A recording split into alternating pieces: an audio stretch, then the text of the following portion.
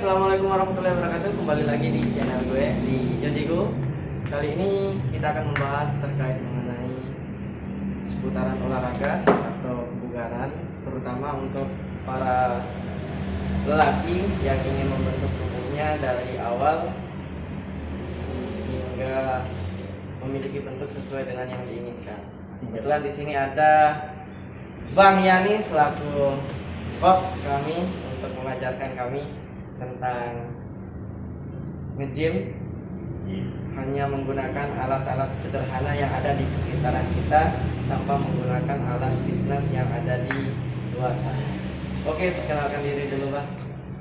Oke, sebelumnya terima kasih udah diundang di podcastnya apa? Jojigo, ya. Di Jojigo Family ya. Saya beruntung sekali bisa ketemu sama teman-teman Jojigo di sini ya. Satu, kooperatif ya, dalam artian sekali ajarin mereka istilahnya terapin ke diri semua teman-teman, meskipun basically mereka itu di sini cuma bekerja apa adanya, tapi mereka tetap mencari kesibukan yang benefitnya mereka tetap di sehat.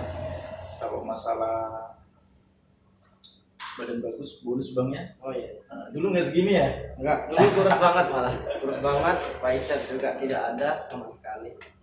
Ini hanya menggunakan alat sederhana saja.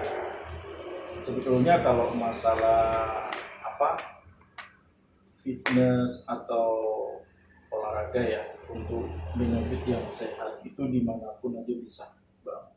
Tergantung dari diri kita mau memulai apa. Karena kemenangan itu bukan dari waktu kita jadi, bukan, tapi kita proses itu loh. Itu selama ini yang bikin saya menang itu di situ. Saya mau melawan proses itu ya sampai sekarang dan bisa ngasih istilahnya edukasi ke semua temen ya. Hampir di semua hotel yang saya tempatin rata-rata mereka stylenya di gym gitu loh. Itu untungnya. Demikian juga nanti teman-teman kalau di luar sana insya Allah juga pasti ini ya nggak akan canggung kalau ketemu sama orang gym, meskipun nama gerakannya itu nggak tahu, setidaknya kita ngelakuin gerakannya itu benar, karena nggak semua orang hafal nama gerakan. Maaf sebelumnya saya menggunakan masker, kita hanya mengikuti protokol saja. Oh iya. Ya. Berarti saya nggak ikutin. Tidak apa-apa, yang penting saya sudah menggunakan maskernya, Bang. Siap. Nah, jadi bisa nggak diceritakan awal mula Abang terjun ke dunia fitness sampai dengan abangnya sendiri ikut kontes? Mungkin dari kami yang pemula, khususnya teman-teman yang pemula, termotivasi lah dengan cerita Abang Yani kita. Sebelumnya kalau masalah motivasi awal dulu itu hanya ingin gimana caranya badan saya bisa gemuk. Awalnya kurus ya, Bang? Ya kurus. Saya tipikalnya itu mau gimana caranya badan saya bisa gemuk. Nah, dari situ setelah berat badan saya naik, kok mindset saya berubah, badan itu bagus terus bisa ikut lomba. Kenapa saya juga nggak nyoba challenge ke sana untuk biar lebih badan saya lebih bagus seperti itu.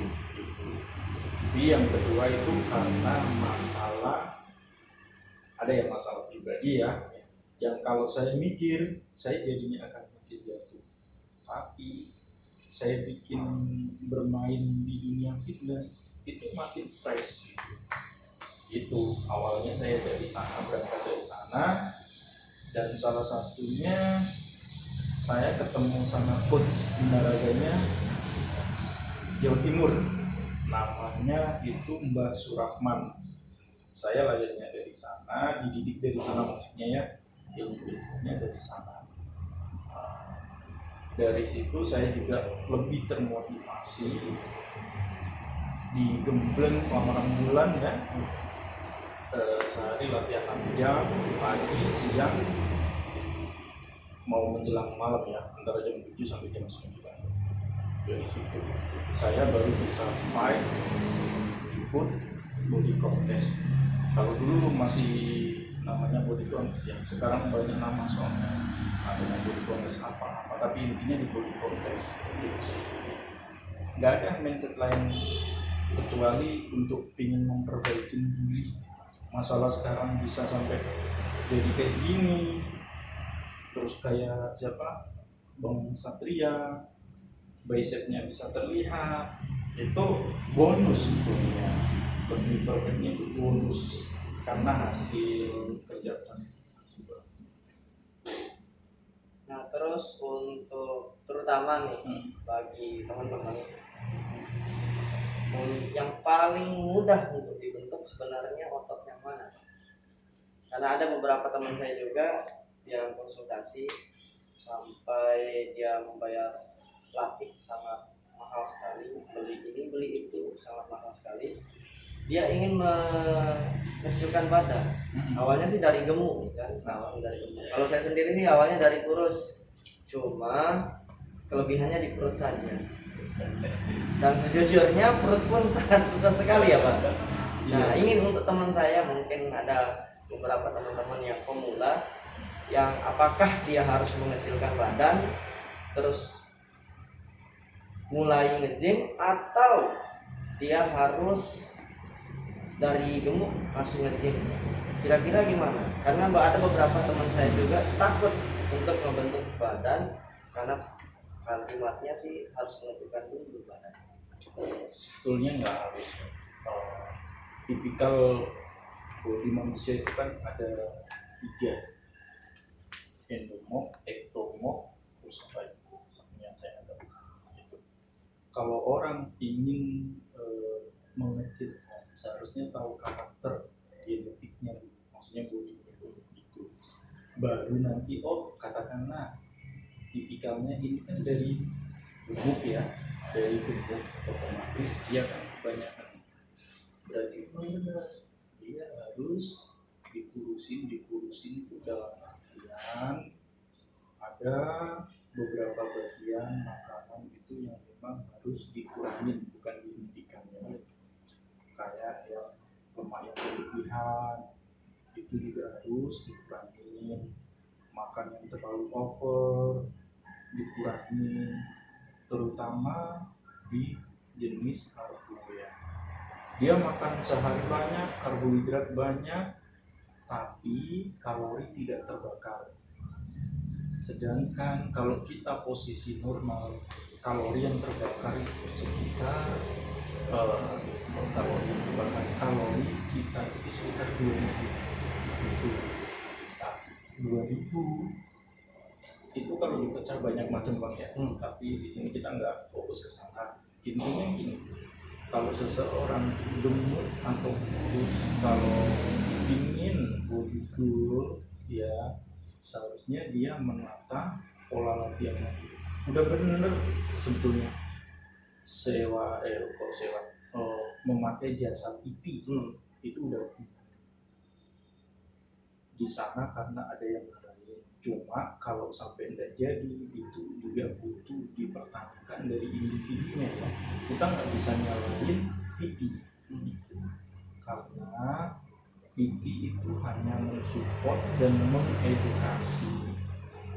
Seperti itu sih selama ini yang selama ini yang aku punya member 70% mereka body goal dari awal, dari pembentukan 1 sampai 6 bulan itu rata-rata alhamdulillah mereka body goal. Nah, dan gini, kadang ada orang itu bingung, dia kan posisinya diet, tapi ditimbang kok nggak turun gitu. Itu biasanya bener badan itu nggak turun, tapi dia membentuk massa otot seperti itu. Makanya badannya tetap, tapi yang melihat orang lain kayaknya lebih padat ya, seperti itu. Kayak saya lah contohnya Bang ya. Iya. Berat saya 59 58, 59, tapi di antara teman yang hampir sama dengan berat saya itu kok dia lebih kecil ketimbang saya, Bang. Bahkan saya dikira gemuk. Nah, makanya Padahal berat sama. iya, Bang Satria dengan berat sama ya? Beda, Beda ya? Oh, Bang Satria berapa? 59. Oh, 59. Kalau saya kan posisi di 65 ya. Nah, seperti itu Bang, makanya kadang kita untuk melihat diri kita itu nggak ada perubahan, tapi yang melihat frame kita itu orang lain.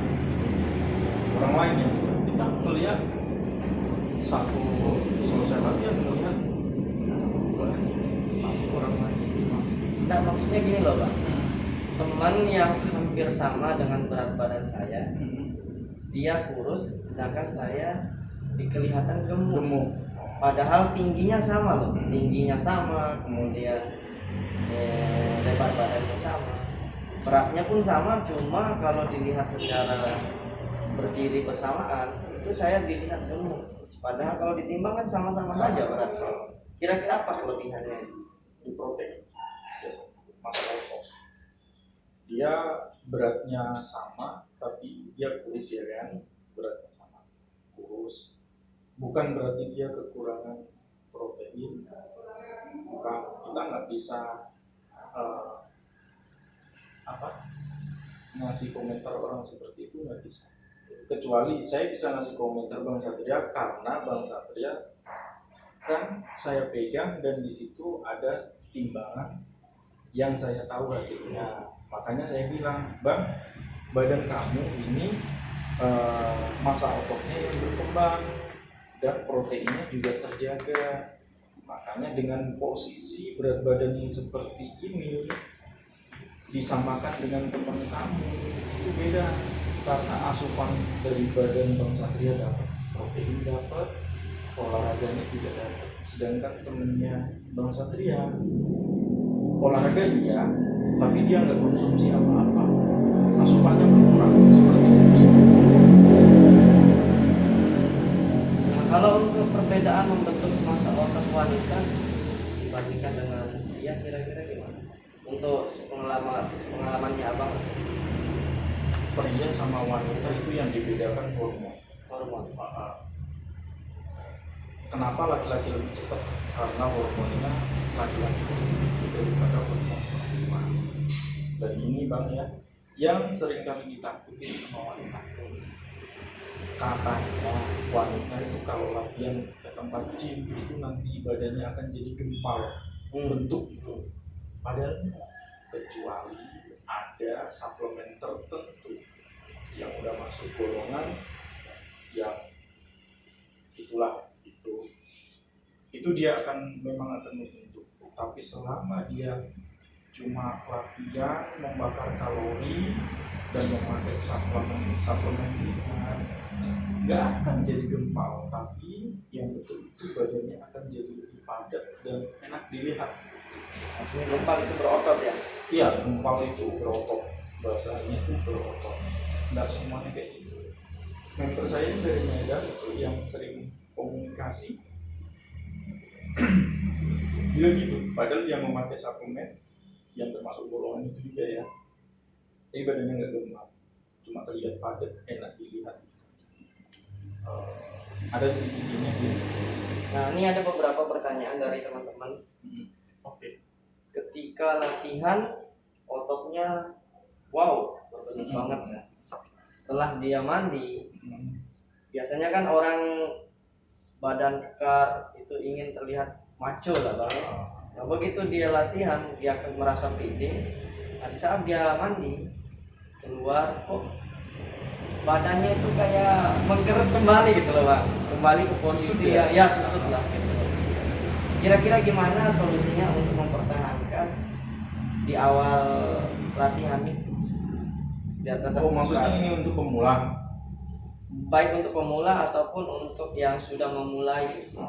sebetulnya gini, sama aja dengan intinya kita makan. Kita setelah makan kan kenyang, tapi setelah dengan proses jalan kan kita lapar lagi. Begitu juga dengan otot. Selesai latihan, kalau kita waktu latihan otot kita itu kan istilahnya disobek. Gimana caranya berkembang. Selesai latihan, otot kita itu mekar membesar karena semua bagian itu sobek semua. Sobek dalam artian dia itu memperbaiki jaringannya. Dan sebetulnya selesai latihan terus selesai mandi itu tetap sama.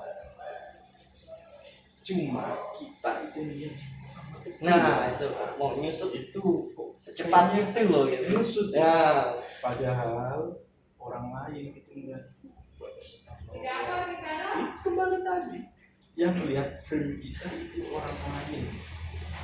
Cuma kalau memang selesai latihan terus menyusut itu sudah pasti ngepam waktu selesai latihan itu sudah pasti paling jaraknya ngepam sesudah latihan itu antara 3 jaman motor kita masih terlihat padat. Selebihnya dia itu nggak padat tapi bentuknya sangat tetap gitu loh, padatnya berkurang kayak gini nih ya kan nggak latihan. ya dalam ya. Nah, bentuknya kan tetap sama kayak padat, cuma rasa padatnya udah hilang. Itu sih Bang. Dan untuk menjaga gimana biar maintain badan kita tetap terlihat bagus ya memang Latihan apa ya? latihan rutin harus. Suplemen itu sebetulnya nomor 2, bukan yang utama, bukan yang utama. Kalau ada lebihan ya kita harus suplemen. Intinya tetap sama. Kalau kita nggak makan, kita akan sakit. Begitu juga dengan otot. Kalau hendak kita kasih asupan suplemen, ya dia akan mengecil. Gitu. Jadi gini juga Bang, kadang pertanyaan teman-teman itu sesuai dengan apa yang saya alami. Ya. Ketika latihan, sebelum keluar untuk jalan-jalan, setelah latihan kita pede nih Bang, pede banget, pede banget. Nah setelah mandi, begitu pakai baju, kok badan yang barusan yang gede itu kan kok menyusut gitu. Nah sedangkan kalau saya bandingkan dengan maaf ya sebelumnya saya bandingkan dengan buruh, kemudian tukang bangunan yang benar-benar dia tidak fitness tapi dia bekerja berat ya, kok enak sekali dipandang gitu. Berbentuk, kemudian sifat Satu, maaf ya kita nyebutnya ya istilahnya tenaga kasaran. Kenapa badan mereka itu berbentuk? Kalori yang dibakar sama mereka itu tinggi banget. Antara kalori yang masuk sama kalori yang keluar, kalau tenaga kasar itu lebih banyak yang keluar. Sedangkan makanan mereka kan ngawur ya, apa adanya, tapi tetap terbentuk. Ya karena itu tadi kalori, karbohidrat yang masuk, terus kalori yang masuk itu lebih banyak kalori yang terbakar waktu dia kerja kasar. Tapi tetap ada bedanya. Kenapa? Kalau pekerja kasar, badannya memang berbentuk, tapi tidak beraturan kayak kita. Mereka sispek, tapi sispeknya pun tidak spesifik. Seperti sispek yang dilatih, otot mereka tricep, bicep terbentuk, tapi tidak bisa menonjol begitu. Tuh, bedanya kita sama mereka. Cuma mereka memang menang badannya kering banget karena kalori itu tadi yang lebih banyak keluarnya.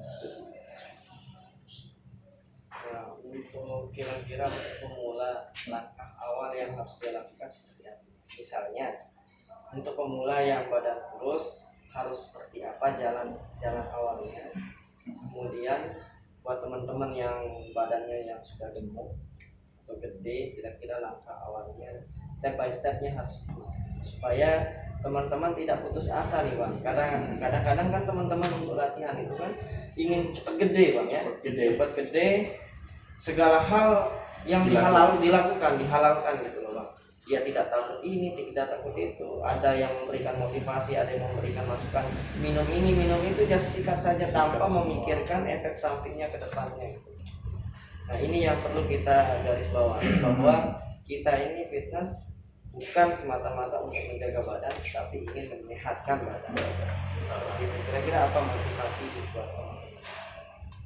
Kalau saran saya untuk pemula yang dari kurus, ada kalanya tangan orang yang lebih tahu, itu pentingnya. Sama saya juga kalau di tempat gym yang saya lihat itu senior atau siapa, saya bertanya gimana sih baiknya, karena pola makan terus teknik setiap orang itu beda-beda. Kalau selama ini yang dari saya pribadi, saya selalu mengcoach orang itu, saya lihat dari segi genetiknya, badannya, dia dari tubuh baru bisa saya bentak. Saya nggak bisa mengcoach seseorang tanpa tahu jenis badannya, itu akan mempersulitkan saya sendiri. Dan kembali lagi, motivasinya dia apa? Kalau nggak ada motivasi, cuma ingin hidup, ya Sehat. saya hidup sehat, yang penting saya hidup sehat, cukup, nggak cukup, karena itu nanti akan jatuhnya di jenuh. Tahu sendiri kan, kita latihan sehari dada, sehari shoulder, sehari sayap, gitu kan. Sebetulnya di dunia fitness itu luas, makanya ada yang namanya game workout kayak gitu, untuk merefresh supaya kita nggak jenuh ngelakuin gerakan-gerakan itu doang. Gitu. Kalau di tempat gym gede ada namanya playground ya, playground di situ luas, jadi kita bisa mau ngapain aja, mau latihan dada dengan variasi manual gitu. Jadi kembali lagi ke motivasinya sih Bang. Selama ini yang aku kasihkan ke mereka, motivasi apa dulu? Kalau cuma ingin sehat, dia lari-lari kecil itu biasa, sudah sehat kamu. Tapi kalau motivasimu, saya ingin sehat, terus supaya mindset saya juga bisa lebih positif, dalam artian saya tidak jenuh melakukan olahraga ini, banyak teknik. Jadi kan kembali ke mindset mereka, itu sih. Bisa. Tapi ada beberapa juga yang mengatakan dari cerita teman-teman bahwa nge-gym itu yang ditakutin adalah salah langkah, sehingga salah langkah dalam artian gini, tanpa ada yang mengajarkan. Oh ya. Dia takut untuk melakukan fitness karena takutnya nanti terbentuk yang aneh-aneh tanpa yang diinginkan. Kemudian ada juga yang berpikir bahwa fitness itu mahal, sangat-sangat mahal. Karena apa? Budgetnya selain daripada menjaga pola makan yang sangat mahal, juga latihannya belum, nutrisinya belum, yang lain-lain. Jadi banyak teman-teman yang Minder ya. Kadang saya juga mengajak teman-teman yang awam gitu, yang tidak pernah tahu namanya dunia gym. Saya hanya butuh teman sebenarnya, teman partner, sehingga saya tidak jenuh di dalam fitness itu kan. Biasanya saya seperti itu supaya saya tidak merasa sendiri di sana, dikelilingi oleh orang yang tidak dikenal, sehingga saya mengajak orang-orang awam, teman yang awam. Mereka takut, kemudian mereka juga sedikit minder gitu Pak, karena melihat badannya yang tiba-tiba masuk ke arena gede-gede gitu kan Pak. Jadi dia minder juga sebelum bertarung gitu loh. Sebelum bertarung ya. Iya. Wajar sih Bang, dalam hal konteks seperti itu wajar. Cuma kita harus mau melewati proses. Mereka yang begini dulunya juga pasti kayak kecil, ya sama kayak membutuhkan manusia, membutuhkan motor pun seperti itu. Dan satu lagi, fitness itu murah. Kalau kita mindset kita ingin sehat dan ingin hidup positif, karena apa? Gerakan fitness itu kan harus kita pergi ke tempat fitness, bisa kita latihan dengan alat apa adanya.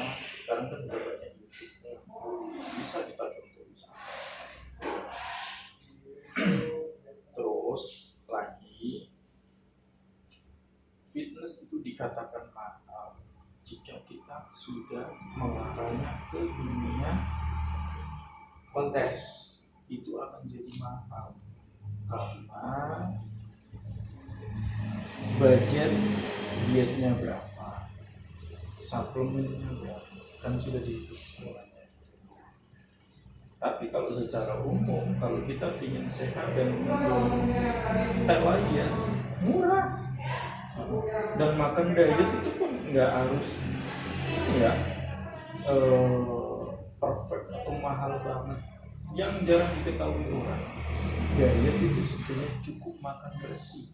Oh iya, tadi kan nanya perut itu susah ya.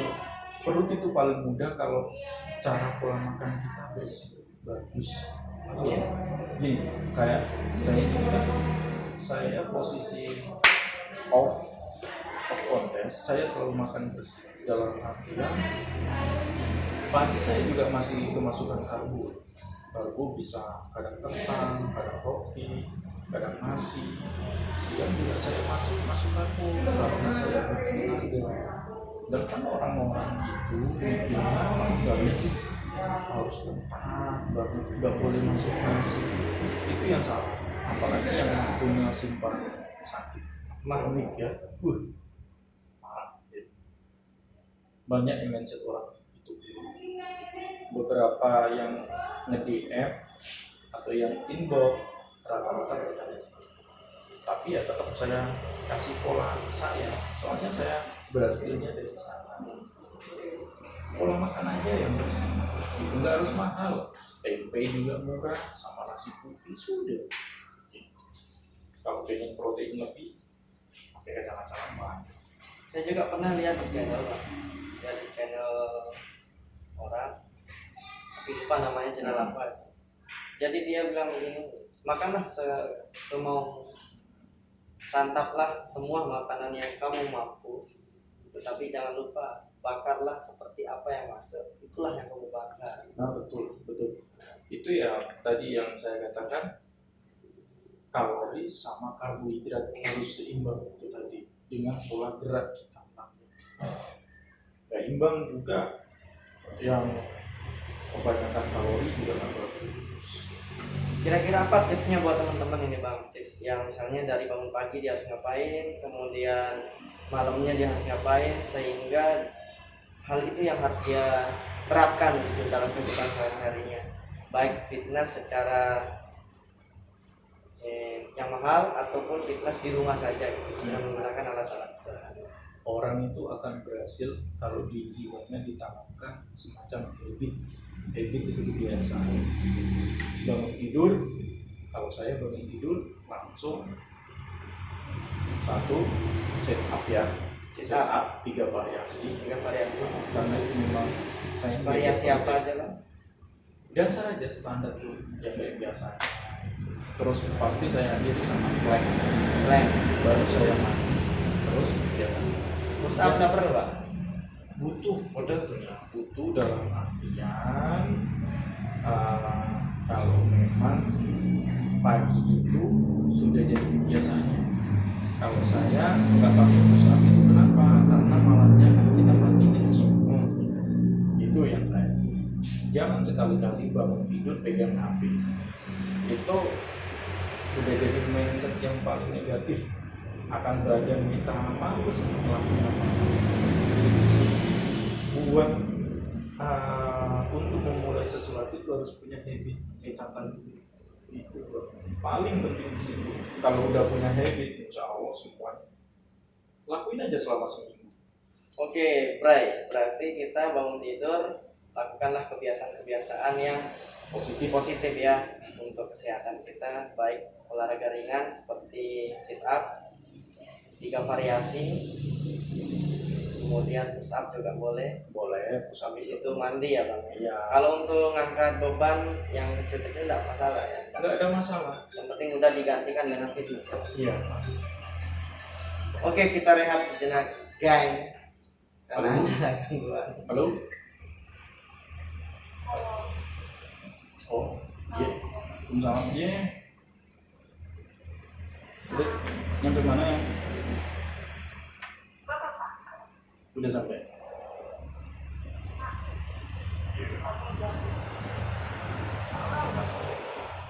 Aku lagi di orang-orang dia. Lagi di nanti. Udah paham ya. Iya. Udah.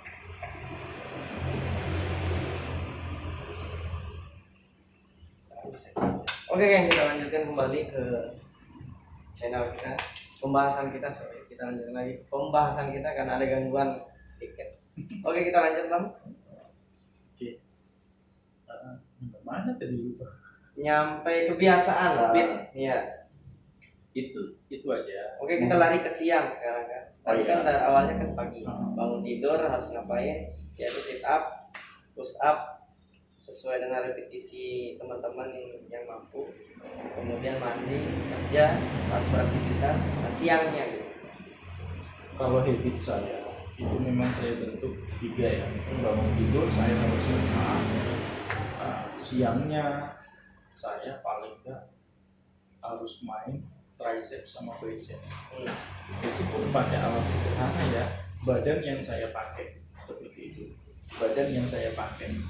Dan yang ketiga, sorenya kan kita baru mulai latihan bareng sama teman. Itu aja sih kebiasaan saya seperti itu. Saya ulang. Dan benefitnya juga ada di badan. Itu sih. Gitu. Oh, bagi teman-teman yang ingin memulai, jangan sampai, karena hidup sehat itu ternyata mahalnya untuk ketika teman-teman ingin mengikuti kontes. Tapi kalau untuk sekedar sehat badan saja ya tidak masalah karena banyak cara. Banyak cara. Iya, banyak cara. Tidak ada beban badan pun bisa, Bang, ya. Iya betul. Beban badan pun bisa. Yang jelas intinya adalah kebiasaan kita sendiri ya. Habit Habit. kita Kebiasaan. Kalau kebiasaannya positif, hasilnya pun akan positif. Jadi ini saja dulu untuk channel Josigo, pembahasan tentang seputaran hidup sehat saja, ingin membentuk otot, bukan untuk kontes tetapi untuk otot untuk style saja, atau agar terlihat lebih maco, lebih enak. ya, lebih enak dipandang. Karena kalau kurus juga nggak enak, Bang, ya. Iya betul. Pakai baju mau warna apa, mau model apa kok jelek sekali, tapi kalau ada isi sedikit, ada berisinya, jadi enak sekali untuk dipandang. Jadi sekian dari kami. Assalamualaikum warahmatullahi wabarakatuh. Bye bye. Waalaikumsalam.